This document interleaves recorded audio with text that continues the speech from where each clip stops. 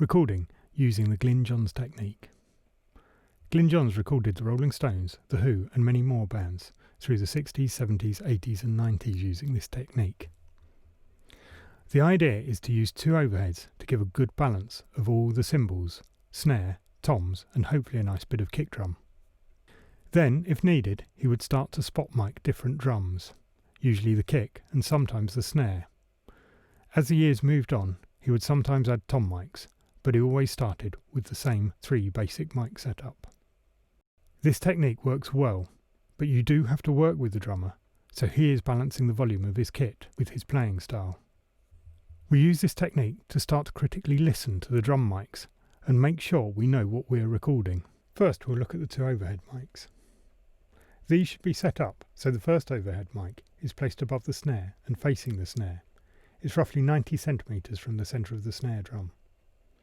You can move it closer or further away, depending on how the drummer is playing and how much of the cymbals or the drums you want to pick up. The second overhead is about 15 centimeters above the floor tom and facing the snare. The distance this mic is to the centre of the snare should be the same as the first overhead. Having the mic exactly the same distance from the snare means the sound of the snare will be perfectly in phase on both mics. We use three different sets of stereo mics to show the difference the mics make to the tonality of the recording. To make sure we're just listening to the different mic tonality, we try to get the mics as close as possible to one another.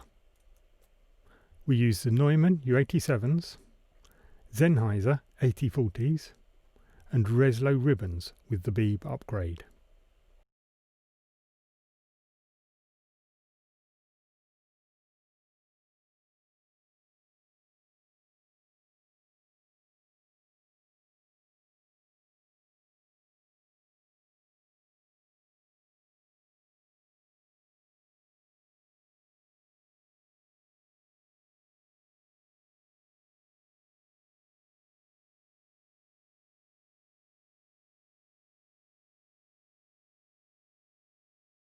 Small diaphragm mics have a very small light capsule, so they react quickly to sounds and don't need much pressure to move them.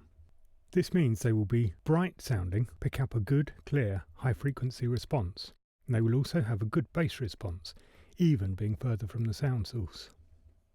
You should be able to hear good detail in the recordings with them. These are the Sennheiser 8040s. At the university, you have some great Neumann KM184s, which will give a very similar response. Using a large diaphragm condenser like the U87 will also give a good clear sound, but they will be slightly more coloured than the 8040s.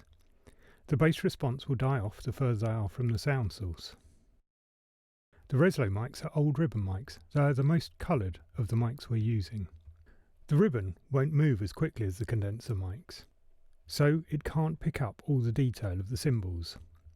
They are best at picking up low mid frequencies, so will enhance the snare and kick sounds, but will lack the detail of the other mics used.